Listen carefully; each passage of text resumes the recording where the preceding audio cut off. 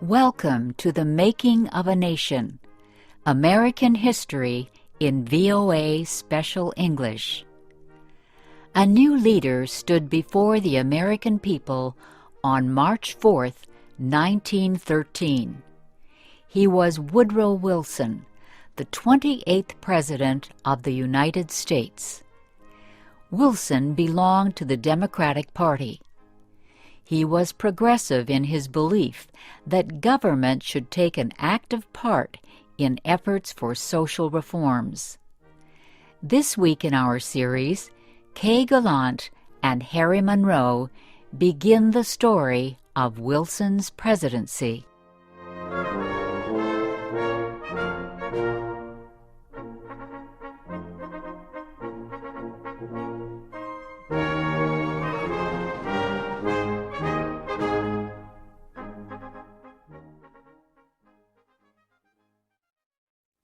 Woodrow Wilson had spent most of his life at Princeton University.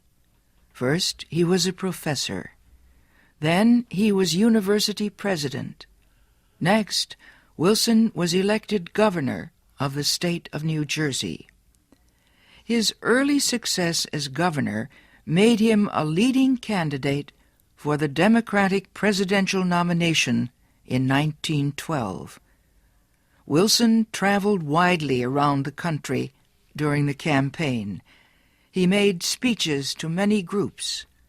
He tried to make himself and his ideas known to as many Americans as possible. Wilson called his program the New Freedom. One of his campaign promises was to fight for better conditions for America's small business owners.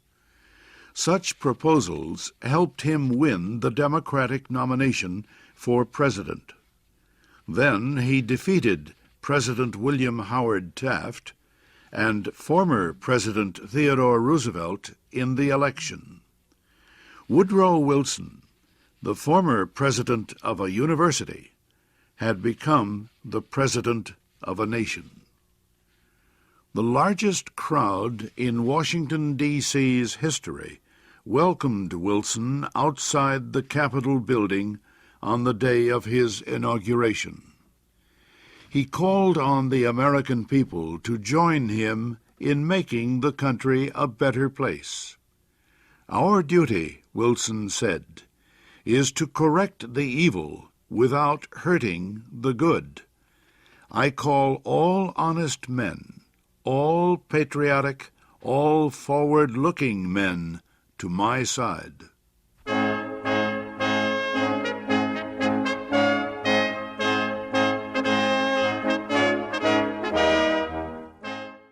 Wilson wasted no time. He immediately called a special session of Congress to act on Democratic campaign promises to reduce import taxes or tariffs. Wilson felt strongly about the need to reform these taxes. He broke tradition by leaving the White House to appear before Congress in person to appeal for his tariff proposals. Many members of Congress opposed Wilson's plans, but the new president used the results of a Senate investigation to win the fight.